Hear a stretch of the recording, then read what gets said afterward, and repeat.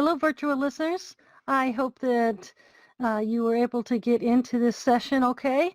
It is February 25th as I'm recording this, and I will guide you through this lesson and hope that you will take good notes.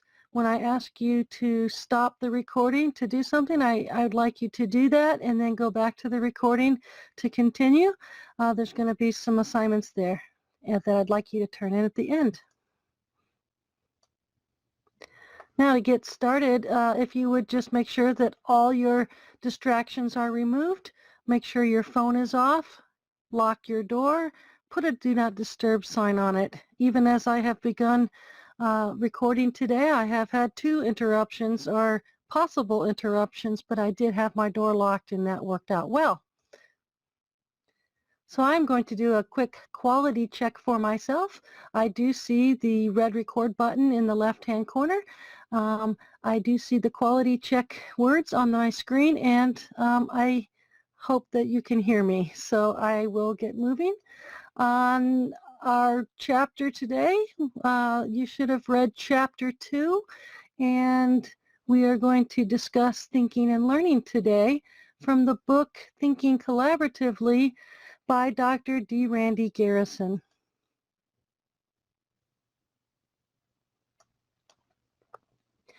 Our learning objectives today are, by the end of this session, participants will be able to explain why critical thinking is more than self-reflection and needs to be socially situated. And participants will be able to report the historical perspective for thinking and learning collaboratively.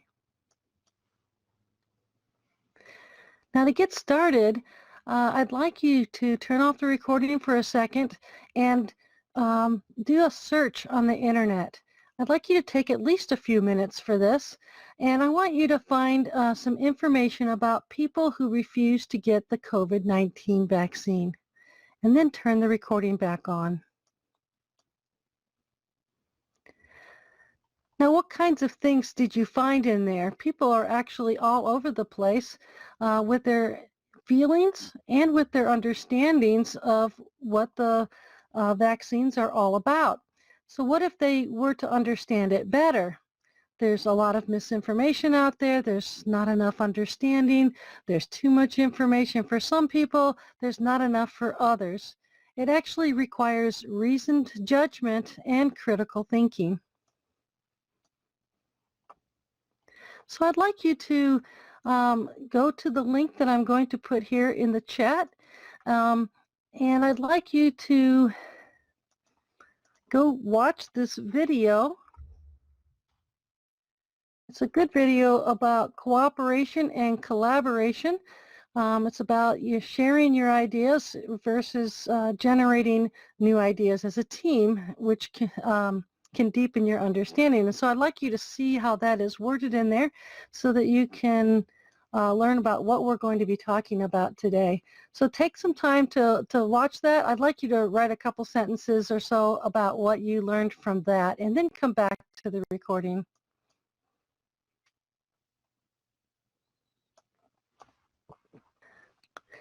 So thinking and learning collaboratively in a community environment is a situation where everyone will feel valued, where we explore new ideas, we ask questions, and as we learn new things, we revise our thinking as needed.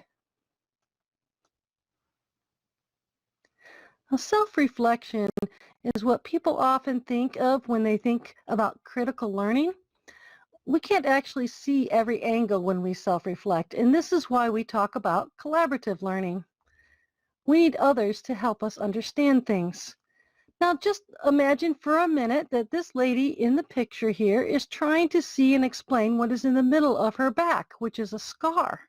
She wants to be able to explain it to somebody. She wants to tell them the width of it, the length of it, the color of it, and the shape of it. But the only thing she knows is that it hurts. Now she has some pain, but she can't see it. She can't tell anybody what it is. She can't even tell them what it feels like because she can't reach it with her hand. Now, someone else might be able to help her. she won't be able to do it herself, so her friend could tell her, her parent could tell her what they see. Her doctor could even give her more information about it than anybody else. And learning is the same kind of thing. We know some things, but we need perspectives and insights from others so we can expand our knowledge. So this kind of gives us an idea of what it means to self-reflect and not have all the pieces. If we only stay with what we know, we can't explore all the angles and revise what we know. Passive learning prevents critical thinking skills. Dewey taught that the reflective inquiry leads to deeper learning.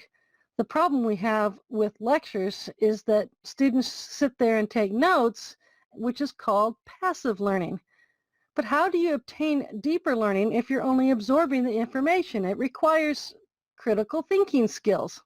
And as you can see in this picture, the gentleman is asking questions, and it looks like he's trying to clarify a point.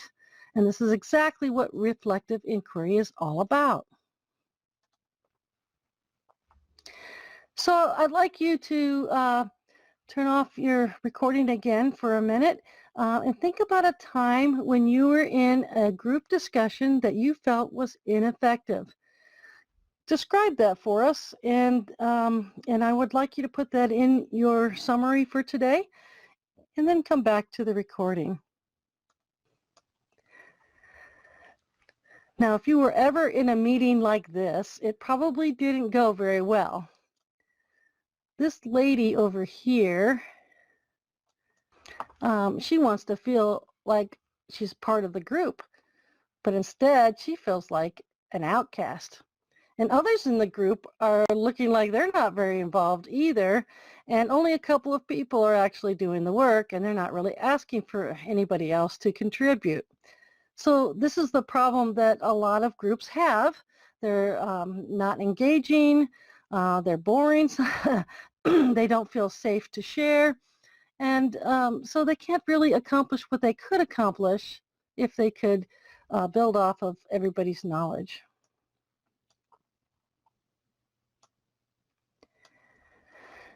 Now, once again, I'd like you to take a moment and stop the recording and think about a time when you were in a group discussion that you thought was productive, and describe that and put that in your assignment for the day. Now, if you have trust in a group situation, you should feel more able to speak your mind. People have had similar problems during the pandemic with mask wearing as they have had with the vaccines. And that's why I chose this picture, because with all the different ideas each person has in this group, they could work together to figure this out. Now, Vygotsky's theory of social development is where we get an understanding of how critical thinking comes from a social aspect.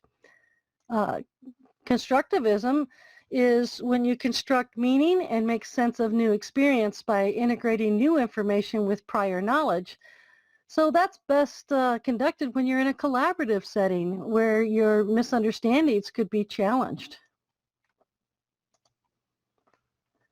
According to Vygotsky, language and culture are needed for us to experience, communicate, and understand reality, and this requires more than everyone just agreeing with each other. Collaboration takes learning to a deeper level through debate and negotiation. Now, I have another video for you. Let me put that in the chat.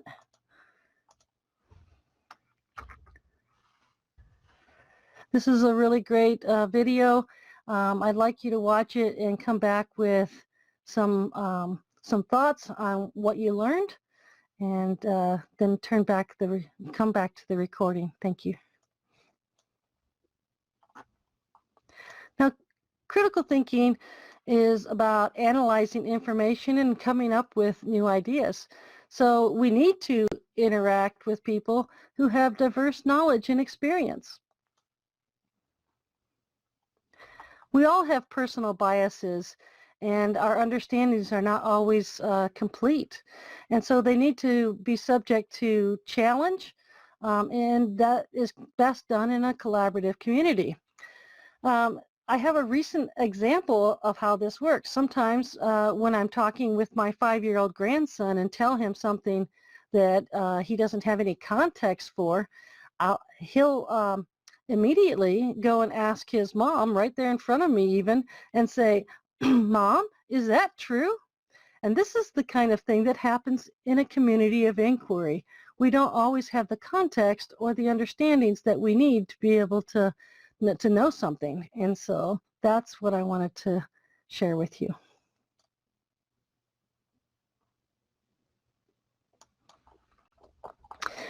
Now I have another activity for you, and I need to just take a few minutes and turn the recording off again and come up with some ideas on how you can be open to others' beliefs and understandings. Just think about some of the biases you have, such as maybe not being open to hearing new ideas or not being able to see the point that someone else is making because you might not believe that their point is valid. So put some things down there and include that in your summary today. Now, we all have perspectives based on our existing experience and our knowledge, and this is the beauty of collaboration. However, if we're not able or willing to consider other people's ideas, we will miss the opportunity to reconstruct what we know. And yet, I have another activity for you. I'd like you to share a time, actually not a time, but some challenges that you have experienced in a collaboration group, something that perhaps you'd like to share with a supervisor if you felt safe to do so. So when you're done with that, turn the recording back on. So there are challenges in collaboration, and those things can be handled in many different ways. What's important as a member of the community is that you are a good example. You can try to approach the leader. You can give your ideas. Remind yourself that we aren't able to control what other people do, but we can control our own responses and actions. And by being a good example, perhaps others will come alongside and do the same.